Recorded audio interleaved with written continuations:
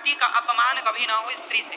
नारी को चाहिए कि वह सदा अपने पति को भगवान जानकर सेवा करे। यदि तुम्हारा पति बहुत अच्छा मिला है, भोला भाला, तो समझ लेना कि तुम्हारा पति मर्यादा पुरुषोत्तम राम है। और यदि तुम्हारा पति ज्यादा चंचल है, समझ लेना कि तुम्हारा पति कृष्ण कन्हैया है। ये तुम्हारे कन्हैया जैसी चंचलता है, मतलब तुम्हारा पति कृष्ण है। और तुम्हारा पति बहुत गुस्से वाला, फुसकारता रहता, समझ लेना नरसिंह भगवान है तुम्हारे पति। नरसिंह भगवान के रूप में देखा करो। तुम्हारा पति छोटा है, तुमसे कद में, समझ लेना वामन भगवान मिल गए हैं। वामन भगवान के रूप में देखो अपने पति को। हाँ, पति गंभीर है तो किस रूप में देखना है? बोलो। राम। चंचल है तुम्हारा पति, किस रूप में? कृष्ण कन्हैया। और ज्यादा गुस्से वाला है तो नरसिंह भगवान है तुम्हारे पति। छोटा सा मिल गया है, फिर गोद में उठा के चल पड़ो वामन भगवान समझ के, ऐसे बगल में दबाओ, चलो। छोटा सा बेचारा अच्छा है। तो पति कैसा भी हो उसमें भगवत भाव ही रखना चाहिए। पति कैसा भी हो सदा उसमें कौन सी दृष्टि रखनी चाहिए? भगवान की, ये ईश्वर है। नारी के माथे पे सिंदूर होता है तो पति के कारण, मंगलसूत्र होता है पति के कारण। और एक स्त्री अपने मंगलसूत्र और अपने मांग के सिंदूर के कारण शोभायमान होती है। तो तुम्हारी जो शोभा है वो तो पति है। और आज स्त्रियां पति का ही अपमान करें तो काम कैसे बनेगा? माता सीता ने अपने पति को ही भगवान मान के सेवा की, राधा ने अपने कृष्ण को पति मान के उनकी सेवा की।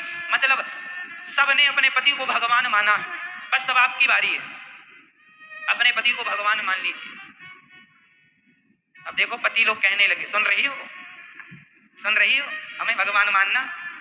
पतियों से भी कह देते हैं तुम भी जरा भगवान वाले आचरण रखना, रावण वाले ना ले आना, नहीं पुतले जलाए जाएंगे तुम्हारे।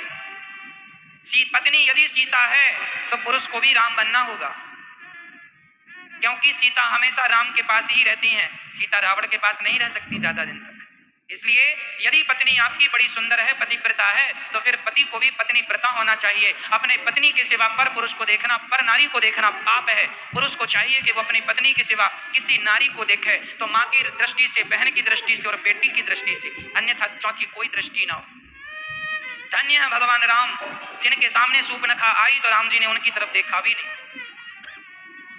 रिश्ते एक तरफ से नहीं चलते, रिश्ते एक तरफ से नहीं निभाए जा सकते। रिश्तों को निभाने के लिए समझदारी दोनों पक्षों में होनी चाहिए, अर्थात पत्नी भी जरा समझदार हो और पति भी समझदार हो। यदि दोनों समझदार हैं तो मुझे विश्वास है कि आप अपने घर को स्वर्ग बना लेंगे, अपने आचरण से, अपने व्यवहार से, अपने प्रेम से। और यदि आपके अंदर समझदारी नहीं है तो आपका घर ही नरक है।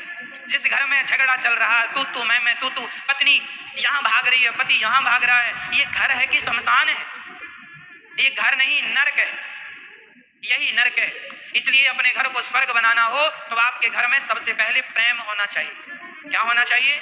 पति को पत्नी से प्रेम, पत्नी को पति से प्रेम, सास को बहू से प्रेम, बहू को सास से। जिस घर में प्रेम की अधिकता होती है वह घर में तो देवी देवताओं का वास होता है। और जिस घर में प्रेम की अधिकता नहीं, झगड़े की अधिकता होती है, ऐसे घर में तो देखो कोई जाना पसंद नहीं करता। एक घर में हम गए, एक सज्जन ने हमें अपने घर में बुलाया, महाराज जी आना।